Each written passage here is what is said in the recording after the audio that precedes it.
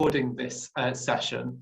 I am going to invite you as well to put your thoughts, feelings, experiences into the chat window as well, but I'm not going to be saving the transcript for that, so that you can feel a bit more comfortable if you do want to share anything, but it's not going to be saved afterwards. I was telling Becky before you all arrived, just for the sake of sort of transparency, this session has sort of come about as much because there was a gap in the programme that needed filling. So we could have sort of titled this session as Darren's Soapbox, where I just get to talk about something for half an hour that I'm interested in. But actually, I think a few of the things that I was hoping to sort of reflect and talk on in today's session are actually things that have come up in other sessions. But this is very much a personal... Sorry, Darren, to interrupt. You're breaking up quite a lot when you're talking. How does that sound? That's better for me. That's better, okay. So yeah, I was just saying that this session is really a personal reflection for me on my experience of professionalism and what it means to be a professional. So what I'm going to be doing in the next half an hour is, first of all, to give some rough definitions that I'm using when I talk about professionalism and professional behaviour. Then I want to talk a little bit about why I'm interested in this, then why I think it's potentially important or relevant and something that we need to consider in critical practice, and finally actually take through what are some of the sort of professional behaviours I notice and I've reflected on in library work, and what I think some of the potential negatives of those might be. So for the purposes of this session, I wanted to disentangle some of the sort of professionalism related terms a little bit. These are my own definitions, and there was much to help me when I was putting this together to be clear about what I was talking about and I wasn't talking about. So in terms of sort of professionalism, I'm thinking of that as meaning that library work requires specific skill set as opposed to sort of amateurism or volunteerism. Professional ethics, I'm thinking of these as being what's sometimes claimed as sort of universal values within the profession. I think they really do need some critical consideration, but not by me and not today. Professional conduct, I'm thinking of as being a set of rules that govern how people work in a profession, so what they can and can't do. But what I want to focus on in this session is professional behaviours. And what I'm thinking about those as being the sort of customs, conventions, social mores that are expected and enforced and that then make up a professional culture. And it's my experience of these professional behaviours that I'm hoping to discuss in this session. So why am I interested in this issue and in this topic? Fundamentally, for me, enacting professional behaviours is something that I find quite challenging. It often involves me having to moderate, transform, and adapt my behaviours if I want to fit in within those sort of standards that are accepted in the profession. I was and I remain, at the age of 33, a first-generation student in HE in my family. I'm the first person in both my immediate family and my extended family to attend any academic training after the age of 16. I was the first person to attend university as both an undergraduate and a postgraduate, and the first person really in my extended family who works in a traditionally white-collar, middle-class job and a quote-unquote profession. So I grew up in a culture where people worked in manual roles, in manufacturing or retail, and occasionally service sector. And my work experiences before entering libraries were similarly in service and in retail environments. And what this means for me is that I didn't have a model for what being a quote professional was and what behaviours that entails. I really lacked the social capital to perform professional behaviours. I had to learn them on the job. On top of that, there's an additional layer I'll add onto my sort of professional identity. As a gay man, if I had the time within this session, I would talk about that a little bit more, but do feel free to ask me if we have time for questions and answers at the end, because that just adds on a whole extra layer of sort of interesting stuff in my experience as well. So Why do I think we need to look critically at how professional behaviours are defined and policed? Well, firstly, one of the great fears I found, especially for those that stand outside of the mainstream, is being perceived of as being unprofessional by colleagues and managers and getting that label attached to you. Even when that doesn't explicitly occur, the fear of that label of being unprofessional can have a chilling effect and can have, really stressful impacts on you in the workplace. Secondly, for those that don't fit the mould of traditional librarianship and its values, there can be this feeling of endless performance and maintaining a character. And that was something I really picked up on in the panel yesterday that people were talking about. And it can be a really grueling experience and contributes towards burnout. And finally, these last two, for the most part, codes of professional behaviour are unwritten. They're not noted down for somebody, there's no manual for them. And this privileges those that have the cultural capital to move seamlessly into professional spaces and excludes those that don't fit that mould. And enforcement of those professional behaviours creates sort of social reproduction and passes on those privileged positions generationally.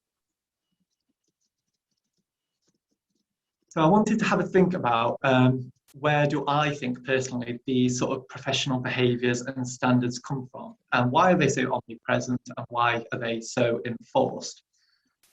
And I think, as again what was picked up, I think Andrew mentioned it in the panel yesterday, is that even if we don't have the data on it, there's certainly a perception that librarianship is fundamentally a middle-class profession. I'd add to that and maybe argue that it's actually quite an insecurely middle-class profession as well. It has a lot of the trappings of a traditional middle-class profession, such as a high entrance bar, educational requirements, a professional body. So it's got the social capital of a middle-class profession, but lacks the high status that other middle-class jobs have, like the law, medicine, finance, academia. And I often wonder whether that sort of precarious status has something of a sort of hyacinth bouquet effect, where it makes people want to emphasize even more their professional behaviors in order to reinforce that status.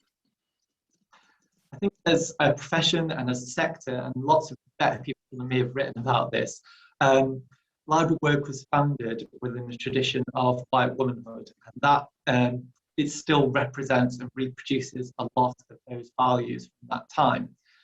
So many of these behaviours, so sort of politeness, amiability, face-saving, arguably reflect those of that sort of traditional patriarchal view of white womanhood.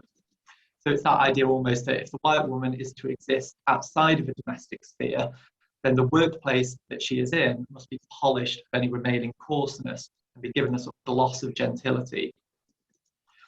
Finally, I think there's issues around hierarchies. Libraries as workplaces have these complex implicit and explicit hierarchies.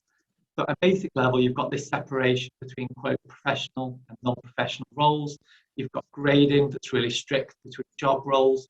Added on to that, you've got differences between different sectors. So academic libraries maybe having higher perceived status than public school libraries. Russell Group versus post-92. Roles that are based in research versus teaching space, and on and on and on.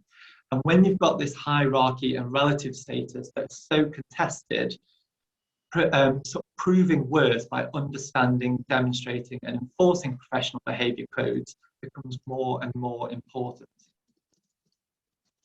So what do I think, in my personal opinion, these unwritten standards of sort of professional behaviour are? Well, the first one, the way that I've done this is to have some sort of example quotes that I've made up that are based on things that I've sort of seen, heard, and often said myself, I think, working in libraries. So this idea around face saving. Now, I'm using both these terms, face and face saving, with a fair amount of trepidation, because there's a whole load of research material out there about face and politeness theory that I can't pretend to be that confident in. So I'm using them in quite a casual sense. But in my limited sort of understanding of the concept of face, it's all about one's dignity, one's honour, one's social status. And then you can have actions that either harm that and cause people to lose face, or strengthen that and save face. And that can be of yourself or as another. I raise this because one of the features of professional behaviours that I've noticed is strategies to save face. both your own and that of others, particularly superiors. So actions that cause others to lose face become coded as being unprofessional. If you cause somebody to lose face, you get branded as being unprofessional in some way and can be penalised by that.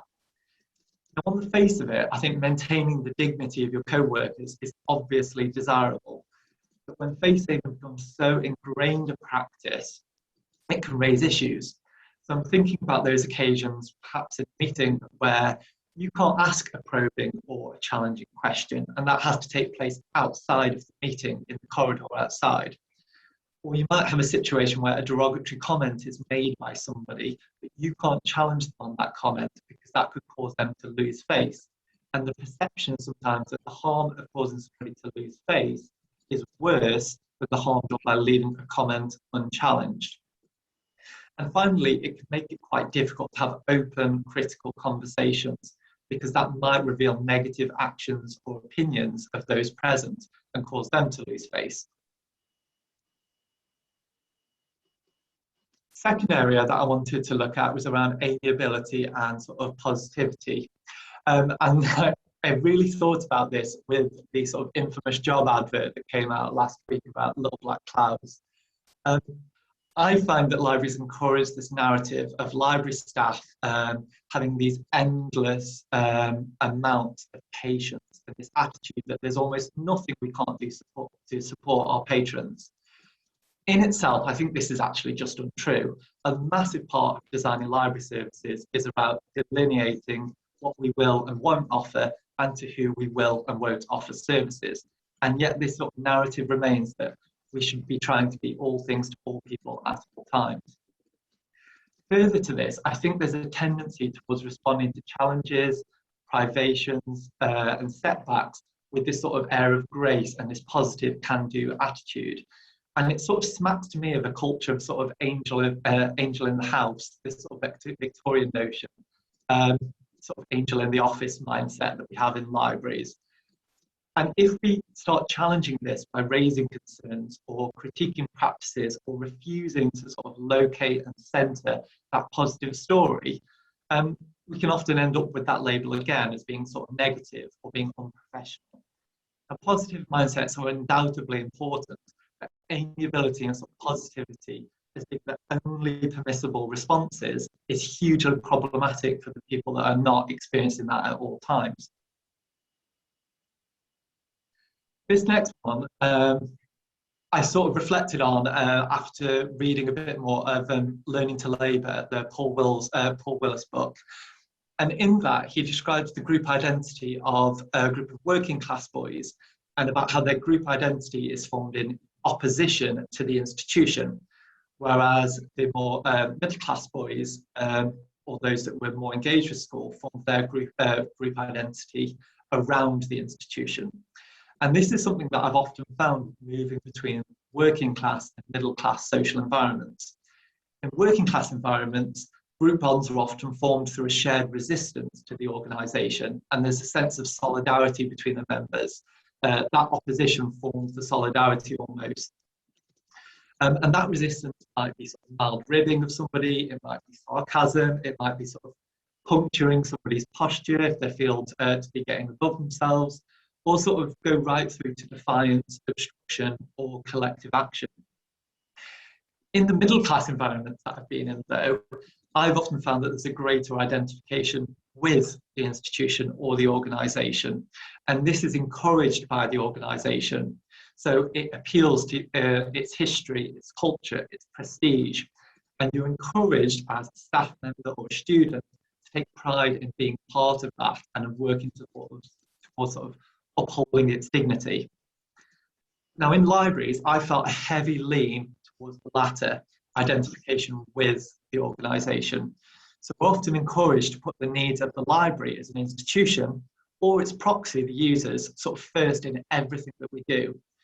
And the expectation is that the individual or the collective workers subordinate their thoughts, their feelings, their desires in order to further the needs of the institution. Any words or actions that undermine or are perceived to undermine the institution, the library, thus become labelled as unprofessional. So taking union action, speaking to your union your union rep instead of HR, refusing or resisting a piece of work that you don't want to do or you don't have the capacity for, taking collective action, or discussing an issue that affects you as a worker or you as workers outside of sort of approved venues like meetings, all get labelled as you acting in an unprofessional way.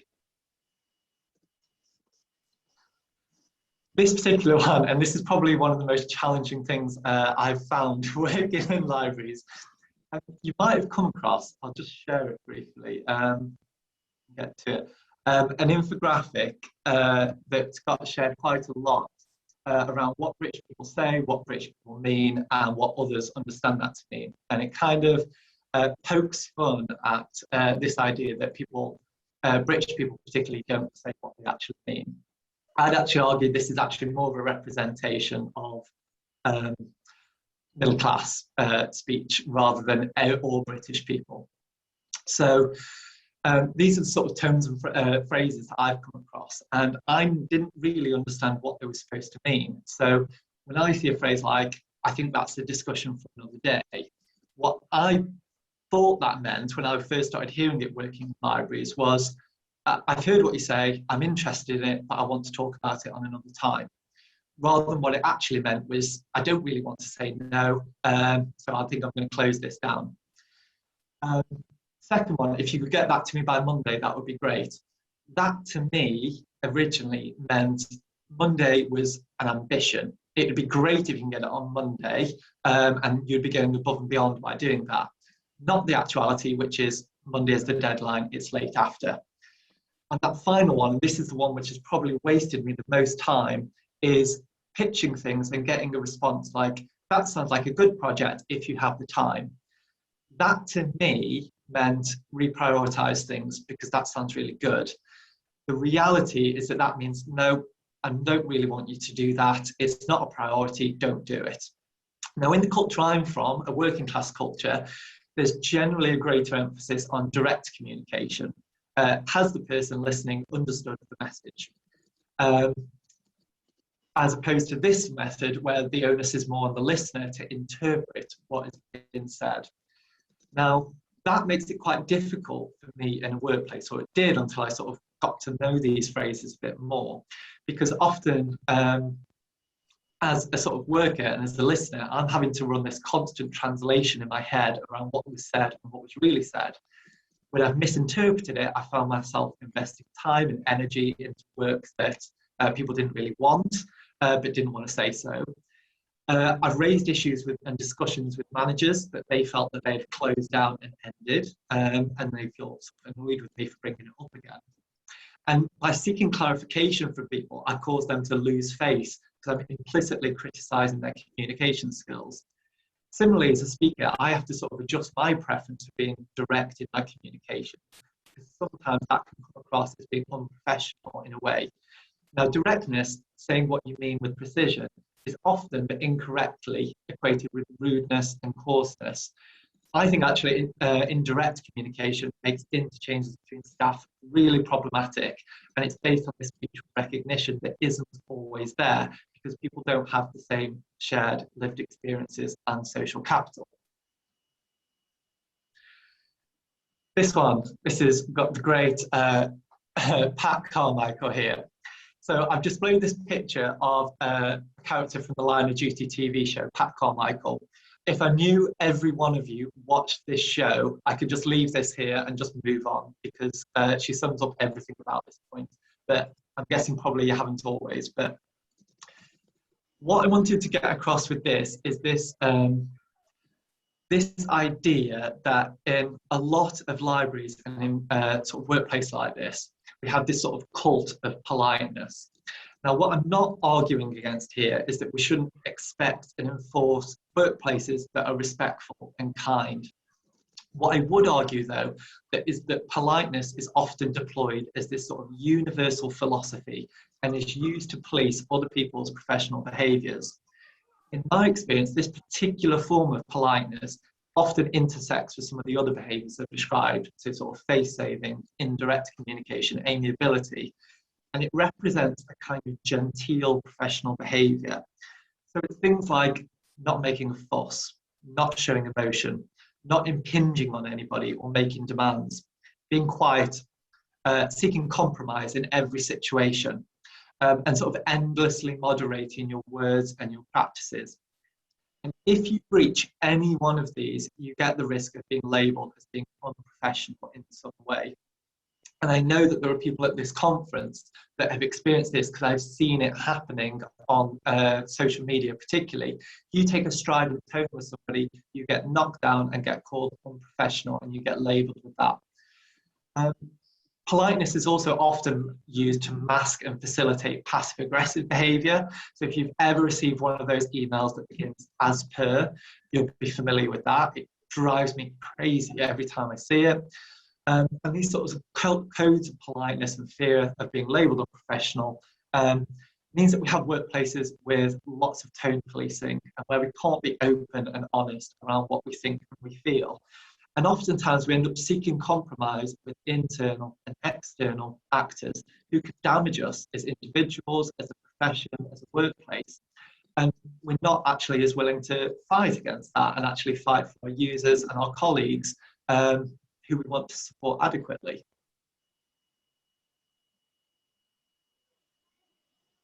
Okay, I think this is my last one, and I've got this idea around sort of a constructed consensus. It sounds like a sort of nice turn of phrase that I would write down somewhere, but I really debated about whether or not I wanted to talk about this, because it brings into sort of conflict two different ideas in my practice. I want to have consensual, collaborative decision-making in everything that I do. But I also have a dislike of having lots and lots of meetings, having loads of discussions, and what can sometimes feel like a lot of foot dragging that comes along with that. I don't actually think that these two things need to be in sort of conflict or in opposition. Sort of having consensual, collaborative decision-making and not wanting to have these sort of constructive consensus ideas. What's apparent to me, though, and what I've often reflected on, is how work and decision-making in libraries often centres on this formation of an apparent or an actual consensus. So often when we're coming to look at a problem, a project, or a policy, the first step is usually we convene a working group. It's usually self-appointed by whoever chooses to volunteer to take part in that. Discussions begin looking at aims, objectives, project scope. Everybody takes turns, and all opinions, at least at a surface level, are treated as completely equal. Now, the overall aim of this is to produce this sort of imagined consensus. So if you are too forceful with an opinion, if you disagree too vocally, if you claim a higher knowledge or an experience level of the topic under discussion, however self-evident that might be, it can get marked out as being non-collegiate and therefore unprofessional. You're not being a team player in this. What's more, the apparent seeking of consensus is often actually a really highly managed process, in my opinion. While all members might have apparent equality, power and influence is often really unevenly distributed. And it often really stands out to me how often final position, policy, the approach that we've decided on conforms to the original intentions of those in power. Sometimes they're present, sometimes they're absent. They're not even in the room, but you don't even suggest something because you know that a person of power won't like it. So it's not even worth airing that idea. Thus, consensus mechanisms often mask hierarchical power structures. They give this illusion that we are all taking place in this consensually, when actually we're not often. It also means on a practical level that sometimes the process takes longer to achieve the same result. Meetings can run on endlessly, and people with real lived experience and knowledge on a topic can't utilise it effectively. And overall, I think that our workplaces, in libraries particularly, get sort of characterised by a sort of small c conservatism, where we don't dare to be too radical because it will take us out of that imagined consensus that we want to be in. So I have A few references that are on my slides, some things that have just influenced my thinking on this, and some of the things that I brought into this session. I should say, and I meant to say this way back at the start, but it's at the bottom of my notes and I forgot to mention it. So I'm going to go back to it now. When I was talking about my interest in this, one of the things that I didn't acknowledge that I wanted to, because I missed it on my slides, is just that I wanted to acknowledge that as a white cisgender male, my experience is very limited. And the whole of this sort of presentation that I've put together, I've tried to keep it within things that I've experienced as a white cisgender male.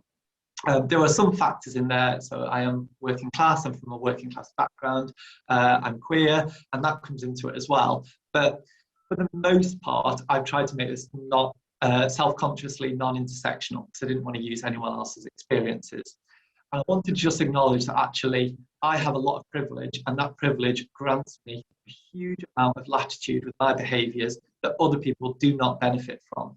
So while I might feel a level of discomfort with how professional behaviours are policed, I'm also the beneficiary of those systems that uphold and support white patriarchy as well. So yeah, that's just something else that I wanted to say. So with that, I think I'm going to stop there and just see if anybody does have any questions or comments that you might want to raise as well. Thank you. I'm also going to take a massive glug of juice now. There've been loads of comments in the chat, Darren, with people saying that everything you say resonates with them. Lots of people talking about how this is an issue. People with English as an additional language, this confuses people there. People who are neurodiverse, this can cause issues here as well. Most of them are just comments. There was one question about, do we think this is a real problem with kind of English and British? This is a British problem, essentially. It maybe isn't as big of a problem elsewhere.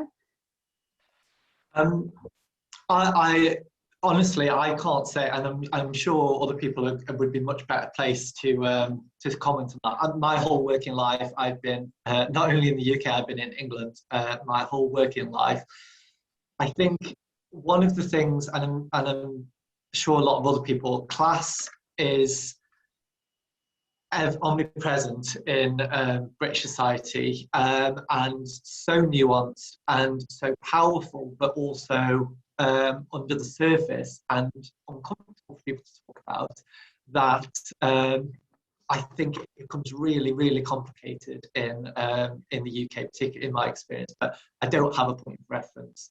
I know it's something that I think I've been feeling for a long time.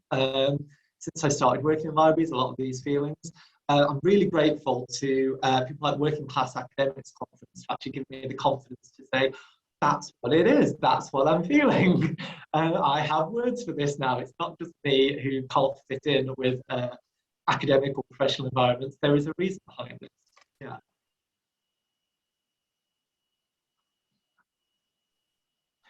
I kind of see a point there. Regional, Yorkshire's often blunter than the South. I've worked in Yorkshire. I can confirm that as well.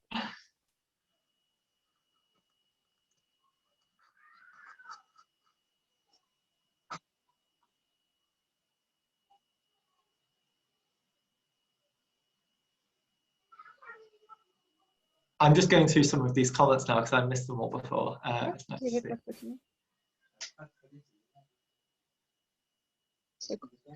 And yes, absolutely. Take Andrew's advice. Come along to that, to the Working Class Academics Conference. It's amazing, both in content and the way that sessions were delivered last year was absolutely awesome. Questions just come in the chat. What an amazing topic. What inspired you, Darren? Well, I mean, there was partly just an element of Darren's soapbox. What can I talk about to fill some time? But actually, I think like with the panel yesterday, class is this thing which is really, really there in libraries and is really present. And I think a lot of the time, what we often do is we turn our gaze outwards, so we look at students. or we look at our suppliers, and actually sometimes it's really useful to turn things inward a little bit. So it's inspired by my experience, but also yeah, that desire to want to turn the gaze inward a little bit as us as a profession as well. We are at 15:15. There've been a couple more questions come in, so I don't know if you want to run over and answer them. I'll have a very quick look. I'll see if we can give one-word answers because I need to do the next thing as well. What strategies can we use when working with colleagues who use professionalism as a weapon? This is something that I think I do sometimes, but this is probably something I'm able to do because I have white male privilege, is actually leaning against it sometimes, because actually sometimes that can be quite impactful and shocks people, but that's something that I can use because I have those privileges, and I don't know if that would apply to other people. Do senior management in libraries create an environment where this isn't so much of a problem? How do I think? I don't know, I'm sorry. And class identity professionalism affect how we organise as a profession. Yes, yes, yes, yes, yes, Kirsten, because yes, I am a huge supporter of trade unionism, and I think everybody should be in a trade union, and I think that we often look to Philip to do stuff that actually trade unions do for us, and actually I think it's odd that we only ever use a professional body and not always trade unions. So I think I'm going to end there because I need to do a little break before we do the final advising session. But thank you so much, everybody. I can't wait to have a look through this transcript. Oh, no, I'm not going to save it. So I'm going to try and have a scan through now. But thank you very much, everybody. I hope you found that useful and interesting.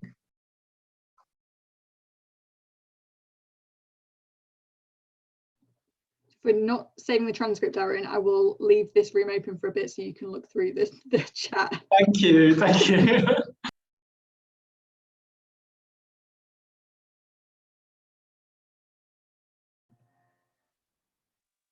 I think it's still recording as well, Becky.